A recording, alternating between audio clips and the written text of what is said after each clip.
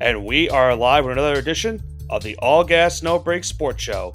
I am one of your co-hosts, Nicholas Pavona, joined alongside once again by Andrew Johnson. 5 weeks into the college football season, Andrew, and there is still a lot to be talked about here in this college football season. A monster game happening this past weekend between two of the top heavyweights in the SEC, as well as some other action as well in the top 25. We saw a couple upsets as well happening, a couple of other ranked matchups between two ranked teams happening as well, and a little bit of a different shakeup now. A new number one team in the top 25 going into week number 6. So a lot to talk about here on the show tonight. Yeah, a lot of stuff to cover. But I want to talk about that top 25 really quick. I know we have that really scheduled till after the game, but I just want to mention that I'm shocked that a team won convincingly and they were demoted from the number one spot. Not like it was a close game. It was I don't want to say domination, but they certainly wasn't close at all, and they got demoted. So before we kind of spoil that, let's go into the games this week. Well, I think no matter it has nothing to really do with how they played, and this is the therefore mentioned number one team without spoiling it. But the game that we're going to be talking about now, you had to get the sense of feeling that no matter who was going to win this game, AP usually likes to rank that team number one in the country because they're beating another top 5 school and it's a big win. So that gives them that's what gives the AP the criteria to say, hey, you know what, this is why they're the new number one team in the country because they just beat so and so this past weekend. And that's what happened for Alabama. They are now the new number one team in the country. We'll talk about that a little bit later on in the show. But what a game they had this past weekend with Georgia. A game in which it looked like Alabama was going to steamroll their way to an easy victory over the Bulldogs. They jumped out quickly in this game. Offensively, their defense was giving Carson Beck a whole lot of problems in the first half and most for the second half as well. It was at one point a 28-0 lead for Alabama in this game early in the second quarter, and they would go into halftime with a 30-7 lead. It looked like Georgia was done. They were going to get rolled out by the Crimson Tide and fall to the first loss of the season. But give Georgia some credit in that second half. A great offensive showing in the second half, especially in that fourth quarter. They would go on to score 19 unanswered points in the fourth quarter, and at one point had actually regained the lead for the first time in the game, 34-33 with 2:31 left. But as soon as Alabama gives up that touchdown, one play later on their offensive drive, big touchdown pass from Jalen Milroe to the 17-year-old freshman phenomenon, Ryan Williams, gives Alabama back the lead. Georgia did have a chance to tie the game before regulation ended. Carson Beck, unfortunately, throws an interception to end the game, and Alabama wins a thriller to start conference play for them with a 41-34 win over Georgia. And as I mentioned, they are now the new number one team in the country. When's the last time a regular season game was this exciting? When's the last time you really saw a regular season college game and said, wow, that really took it wire to wire? It wasn't even wire to wire. It was really just, like you said, the fourth quarter, because this was an Alabama beatdown for the first 45 minutes of this game. And then all of a sudden, Georgia rose from the dead. And if it wasn't for that late pick in the end zone, who knows? Maybe this could have had multiple overtimes, but It certainly was a sight to see. Carson Beck, 27-50, 440 passing yards, 3 touchdowns, and 3 interceptions. Completions, that's the name of the game right now, and that's why University of Georgia did not win this game, because even though he was able to throw the ball far for touchdowns, he had a turnover issue, and he wasn't completing his passes at a high enough percentage for his team to be competitive. So going forward, Georgia has to be better, and it's going to be really interesting to see how the committee rates this game further down the line, especially if Georgia loses another game going towards the college football playoffs. You think Georgia could be a possible 3-loss team and still make it? Because remember, they play at Texas, and Texas is one of the hottest teams, if not the hottest teams in the country right now. And not to mention, they also play at Ole Miss, who we'll talk about in just a little bit. And they still have a home game against Tennessee. Those are certainly not going to be easy matches for the Bulldogs. But I think this was a game where, the second half, they played phenomenal. The first half is where the story of this game goes for them, unfortunately. They started off really slow. Carson Beck, I mentioned he, in our own private conversations, where it looked like early in the game he was just not finding his receivers. He didn't have enough time in the pocket, it looked like, for the most part. And there was just not enough communication throughout the early stages of that game. They found that connection later on in the second half, but because of how slow that first half went is why this game got out of hand early on for Georgia. Beck threw a couple of interceptions. He got safetied before the end of the first half as well. That's why they were down 23 points before the end of the first. And the second half, they played phenomenal offensively, and their defense, for the most part, in the second half, did a phenomenal job. They had held Alabama to just 3 points going in to after they took the 34-33 lead, but that one play touchdown drive sealed the deal for the Tide and gave them that late lead. And you look at how this game also went for the Alabama stakes. You know, Jalen Milroe played phenomenal, did have an interception thrown, but still was unbelievable in this game. Probably right now is the leading vote getter to be the Heisman Trophy winner this season. And that's considering the fact, Johnson, that this game was just the year to date when they benched Jalen Milroe last season. So talk about a full turn of, you know, your entire career at 365 days. You go from being benched to being the number 2 quarterback on your team to now being right now the Heisman. I would say, if not him, he's definitely 1A, 1B for the Heisman Trophy vote getting. And not only did he have this amount, 370 passing yards on the day, 117 yards on the ground, 4 total touchdowns, and I mentioned Ryan Williams, the 17-year-old freshman, 177 yards and a touchdown, the game-winning touchdown in this game. The Tide have got a good one with him at wide receiver, and a much needed win. You know, they've kind of had Georgia's number the last couple of years, albeit other than that one national championship game back in 2022. But the Tide have really had Kirby Smart's number since he left Alabama to go become the head coach of the Bulldogs. And I guess that's all I really have to say about this game is how shocking it was to see. I guess this performance at a high level a year after getting benched. Only times we'll be able to tell if he can keep this up, though. I mean, listen, if he keeps playing like this, not only will he potentially win the Heisman, he's probably earning his way going high in the NFL draft as well. And for the other side of this, for Carson Beck, he still had a decent enough game.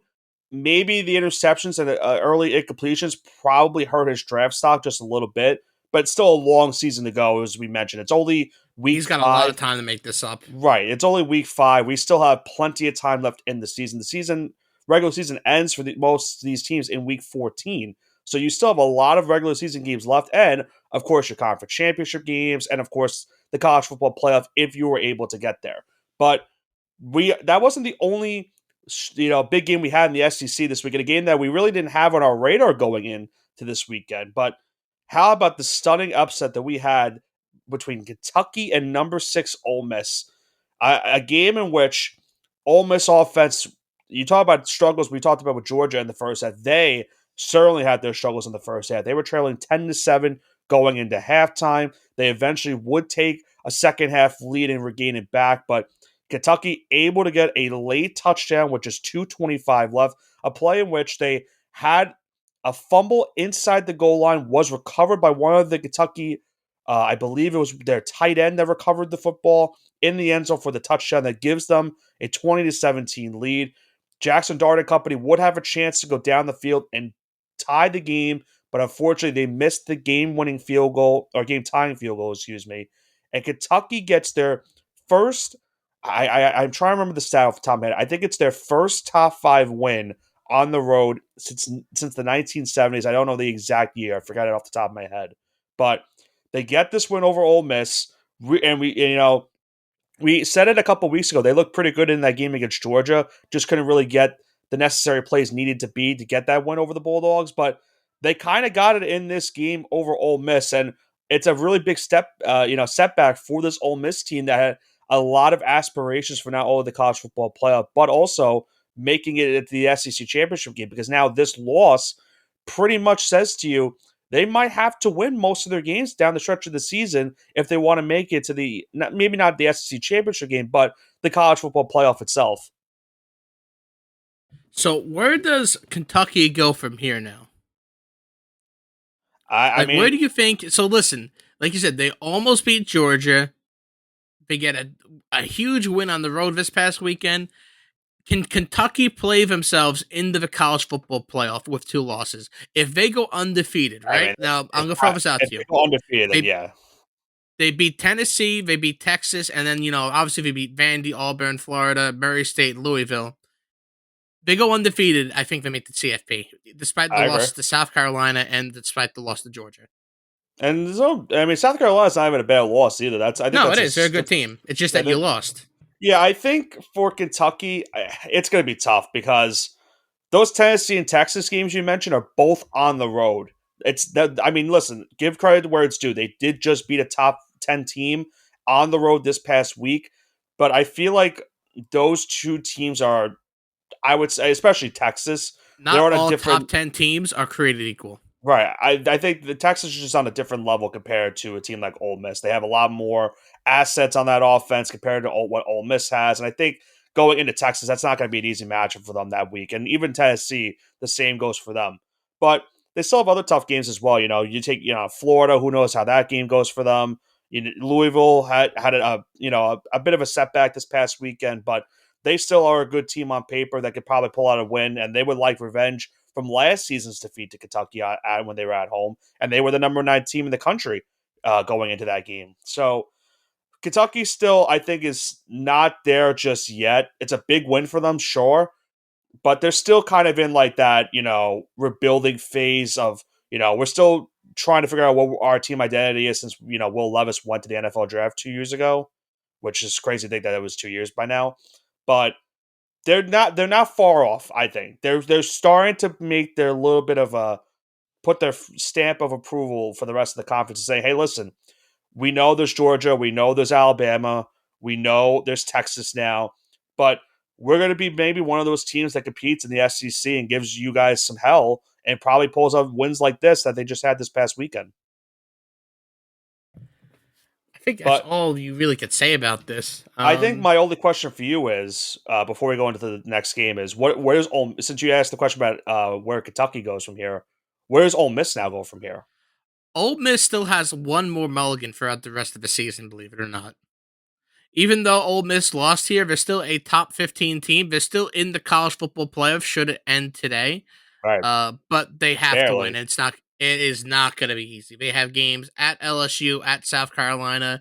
They'll be facing Georgia. They're hosting Oklahoma. It's going to be rough, to say the very least. But they got to be ready for it. If they really believe they are a college football playoff caliber of team, these are the tests that they're gonna have to do during the regular season so they can make it to the college football playoffs. So if they can do, good for them. If not, well, there's always next year. But for Ole Miss, Yeah, this may be the best opportunity they've had, and this may be. I don't want to say it could be their last dance, quote unquote, but uh, they really can't afford to they can't. waste an opportunity like I this. they might really be at the point where they probably can't lose another game this season.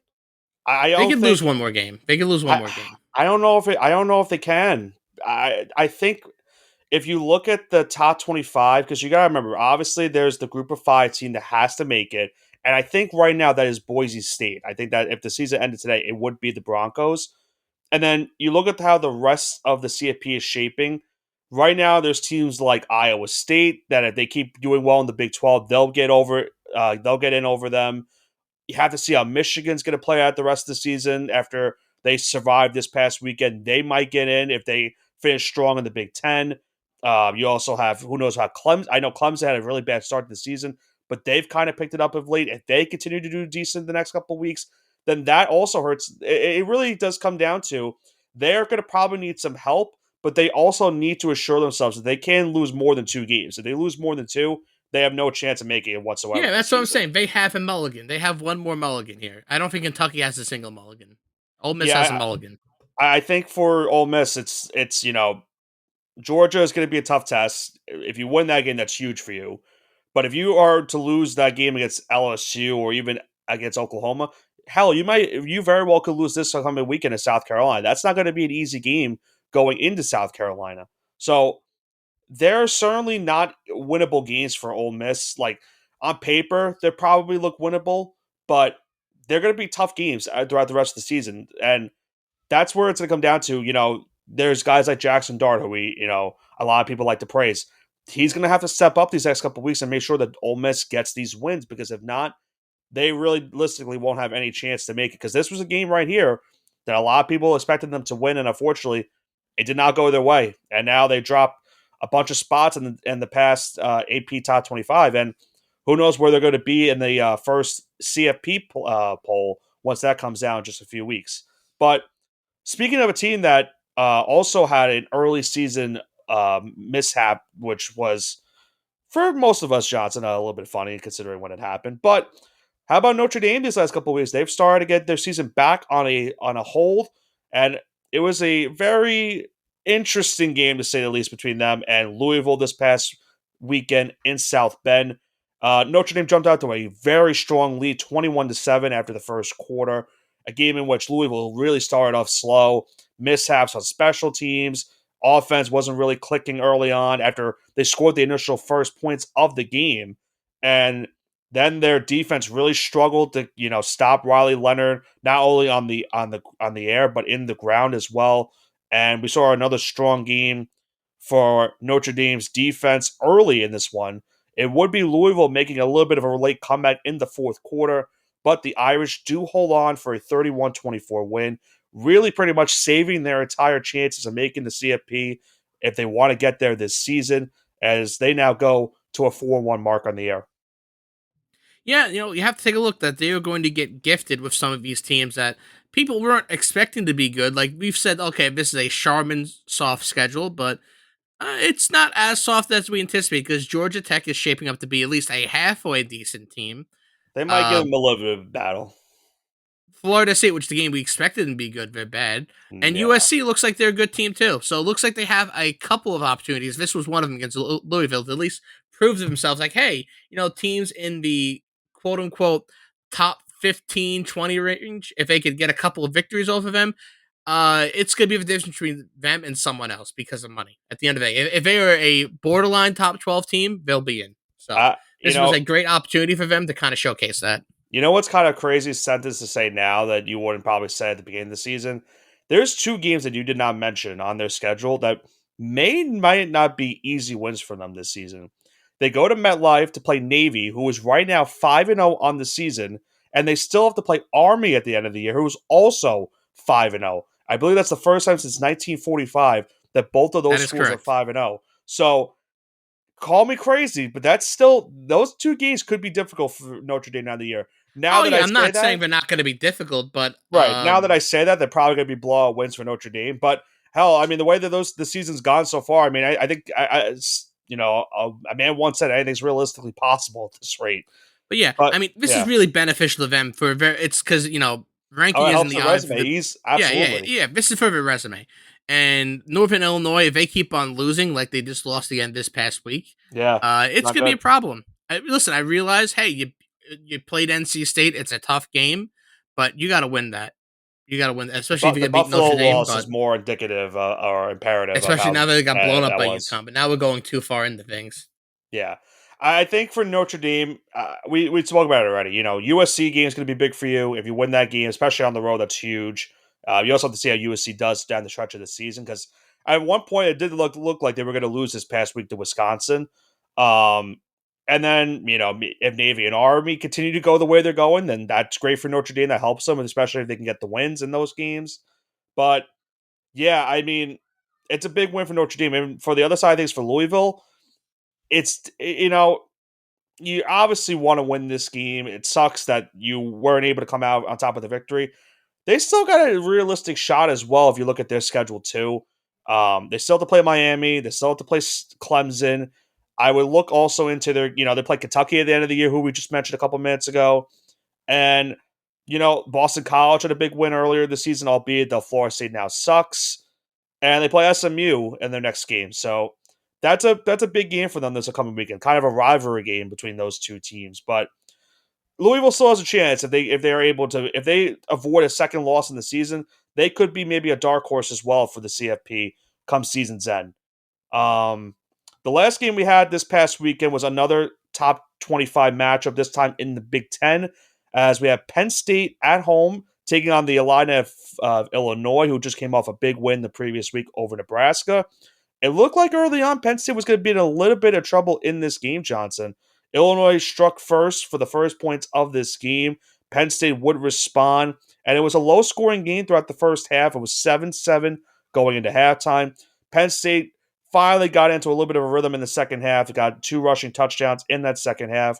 Nick Singleton and Katron Allen getting touchdowns in the third and fourth quarter, respectively.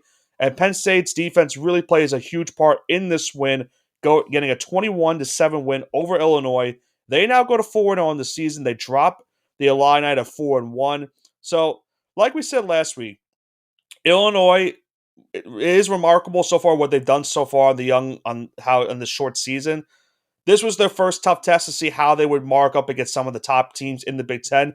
And for the most part, they were showing a very good fight in this game with the Nittany Lions, but unfortunately, their offense just didn't really have much answers for them in this game against Penn State. If you're a Penn State fan, you hope that this Illinois team has turned the corner rather than be the Fighting Illini team of old, because man, that's going to hurt your credibility. Because the last couple of years, some of these teams that have traditionally not been good football teams, let's say the Kansas Jayhawks, they've kind of, I don't want to say turned the corner, but they've went back to their old ways. So these teams that were kind of masquerading as like, oh yeah, we're a good college football team, yada yada, that's great. Uh, they've been kind of faltering. Wake Forest, NC State, Kansas comes to mind. So you better hope if you're a Penn State fan, that this is a new Fighting Illini team, and they have not they've turned the page, and this is them for good now. They're a good team rather than just being fool's gold. Because if Penn State loses a game or two, which they probably will, which is very possible. Yeah, it's very possible in that new look Big Ten conference, and it's now December, and they're looking at teams to put into college football playoffs. A win like this may be used against you. Yeah, it's kind of funny how we're big college basketball fans.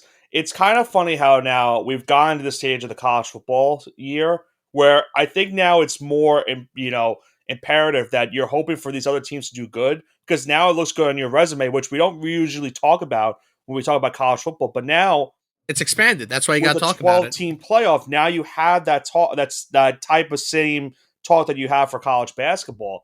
And you're right, absolutely right with Illinois. If Illinois continues to have a good enough season, that looks better for Penn State, and that will help them down the stretch. And even for a team like Nebraska, if Nebraska does good for the rest of the season, then that's not a bad loss on their part. Now, if you look at Penn State's schedule, the biggest concern for them is going to be they have that 3-week stretch of tough games after this week, as long as they don't lose to UCLA, which I don't think they should. They go to USC, then they go to Wisconsin, and then they are back home against Ohio State. So those 3 games right there are going to determine how Penn State's season is going to be. And then after that, who knows what happens? You have a home game against Washington. You should beat Purdue. Maybe you struggle a little bit with Minnesota after they almost beat Michigan this past weekend. And then let's see what happens against Maryland. So the door's certainly open for Penn State to make it to the CFP this year. But that 3-game stretch with USC, Wisconsin, and Ohio State is going to determine if they make the college football playoff or not this year. Yeah, that's really interesting points you bring up there, and I have to kind of agree with you. But I think that kind of wraps up the first half of our show, and I think we're going into the mushing hour. But before we do that, let's talk about that top 25 recap. Well, we have a new number 1 team, as we mentioned. That is now the Alabama Crimson Tide. Now, with them being the new number 1 team, it did lead to a little bit of a shakeup in the top 10. Obviously, they're number 1. Georgia falling from 2 to now 5. So not a big drop off for the Bulldogs, but it does affect them if they want to get that first round bye come the CFP. So they need to make sure that they don't lose another game this season, most likely. We also saw Miami almost with a near disaster loss against Virginia Tech. They were able to hold on. They did drop 1 spot in the polls down to 8. We see Ole Miss, what their losses dropped now down to 12 after they number 6 last week. Utah also lost this past weekend, losing to Arizona. So that's a big loss for the Utes. They now go from number 10 to number 18. They dropped 8 spots in the poll. And that's a big loss for them in the Big 12, considering they just had a big win the week prior against Oklahoma State. Speaking of a win over Oklahoma State, Kansas State got that this past weekend. They move up 3 spots. Boise State also moves up 4 spots.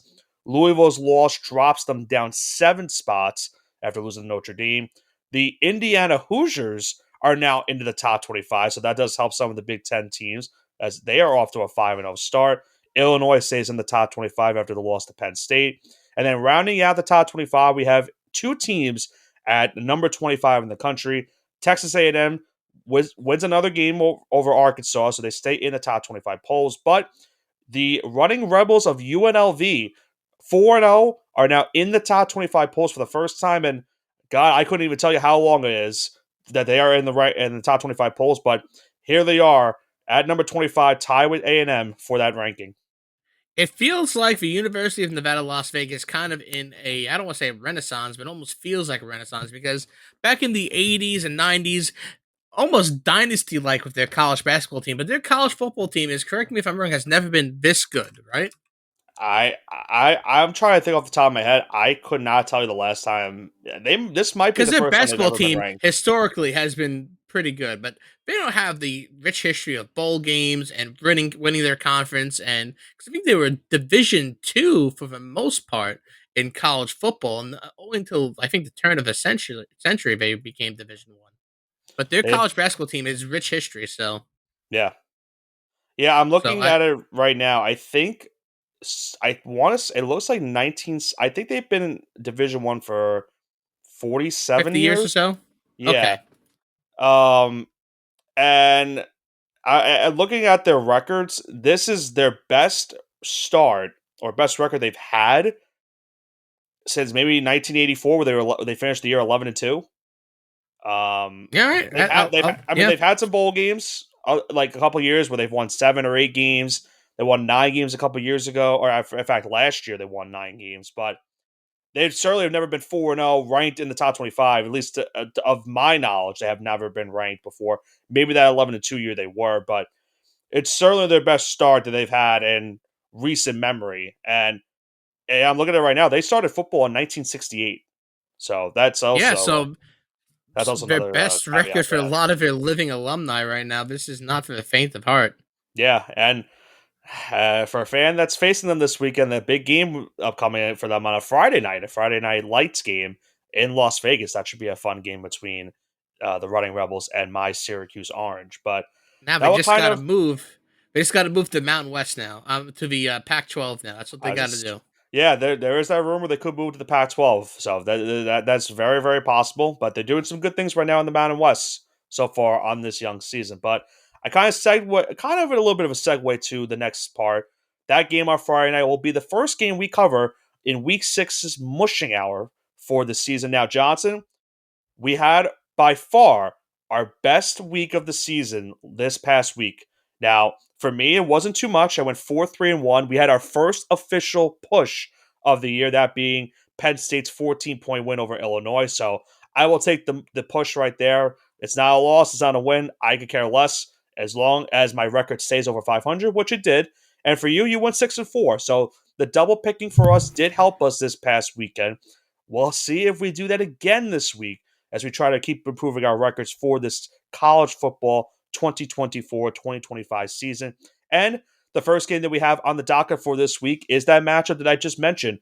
Syracuse goes in to UNLV at Allegiant Stadium to take on the now newly ranked 25th ranked UNLV Rebels but UNLV Rebels. Um, University of Nevada, Las Vegas. Come yeah, on, yeah, I know. I struggle with that one it's a a little bit. mouthful. Apologies. UNLV is going into that game as a 5.5 point favorite, and a very whopping 59.5 points is the over under for this game. What do you have in this one, Johnson? Is it bad that I like the over here? No, I really like the over here. I don't blame you for the over. So with that being said, I'm gonna take UNLV to not cover. I'm gonna take Q's plus 5.5, and I'm gonna take the over Oh 59.5 no. here. Q's is Uh, gonna cover, but I don't think they're gonna win. well, also remember for UNLV, they had that incident off the field where their quarterback is transferring because of NIL stuff, and Yes. I think another player also had the same issue with them. I don't think it Yeah, was just but the quarterback; remember, it was someone else. but yeah, you have to remember though that it's been the defense, not the quarterback this time around. Oh yeah, no, UNLV's defense is playing strong, but their last game they put up 59 points in that game with the new quarterback, and he went off in that game. Yeah, I think well, I'm looking at it right now. 13 to 16, 182 yards and three passing touchdowns with a rushing touchdown and 119 yards on the ground. Oh man, I can tell you right now, I'm not gonna like this game because he's gonna be running all over this defense. Uh, how do I pick this game without being partial to my fandom? I will go with Syracuse +7, and I will also go with the over. I agree with you. I think there's going to be a lot of points scored in this game. I think Syracuse, if they want to win this game, is going to have to put up a lot of points. If they get honestly, Johnson, if they get stopped more than 3 times, they probably lose this game. So if they don't punt the ball often, which obviously is not saying much, but if they don't punt more than 3 times, I think Syracuse can win this game outright. But it might be a long night for me watching that game. So I will go with the Orangemen +7 and the over. What do we have for our first game of the Saturday slate? We have the Ole Miss Running Rebels, number 12 in the nation, going into South Carolina to take on the Gamecocks. South Carolina at home, some will call it the real USC, is a 9-point underdog. Ole Miss I is the don't know about favorite on that. the road. A 9-point favorite, 52.5 is the slated over under. This one pick for me, give me USC, the real USC, +9. Damn, you're showing no faith to the Trojans right now in terms of being USC. What do you mean? Oh, no, nothing. Okay. I didn't say anything. I think we should have a South Carolina and USC matchup to Rights determine to who is rights to the, use the the initials rights USC to the Bowl. initial USC. I am so for that happening. Now, going back to this game, you mentioned Ole Miss is a 9-point favorite. I am a little bit concerned that that's high for this game. Now, the biggest thing for South Carolina is, are they going to have Lenore Sellers play this game? He is their star quarterback freshman. He has not played since he got injured against LSU. They didn't need him last week against Akron, but again, no offense to Akron fans, that they didn't really need to have him in that game. Go Zips regardless. If they have Lenore Sellers in this game, I really do like South Carolina.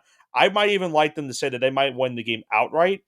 I will go with them to cover +10, and I will go with 52. I'm going to go with the over in this game also. I think a lot of points could be scored. Even if Lenore Sellers doesn't play, I still think a lot of points could be scored in this matchup between these two teams. Now, going into our next game, Johnson, a very rare national championship game rematch from last season, and that's thanks to this new conference realignment, as number 10 Michigan is going into Washington to take on the Huskies. Michigan is a 2.5 point underdog in this game with the over under at 40.5. Who do you have for this one? That is a great point. I'm going to take Michigan +2.5 points here. They're giving me the points, so I'm going to take it. I think they win outright, so give me Michigan +2.5. Yeah, I was kind of stunned that Michigan was a underdog going into this game. I know they did have a little bit of a scare last week, but still, that's crazy to think. Washington's also coming off their loss to Rutgers, who we're going to be talking about just a little bit. I know you're excited to talk about some Rutgers Scarlet Knights football, but for this game, I am also with you on this one. I just can't see a scenario where Michigan loses. I'd be stunned if Michigan honestly loses this game. I will go with them to cover the 2.5, and I will just keep it at that. I don't know if I want to touch the over under for a Michigan game. Those are very tough to pick out. So I will just go play it safe with the 2.5 for that one. But Johnson, let's talk about our next game. We have the Rutgers Scarlet Knights going on the road into Nebraska. They are a 7-point underdog, so that means Nebraska, the Cornhuskers, are a 7-point favorite. Over under slate, that's 41.5. Nick, you know what Rutgers does? They cover. They cover, so give me Rutgers +7. Some good old Rutgers. How you spell Rutgers, Johnson? RUTGAS. Absolutely.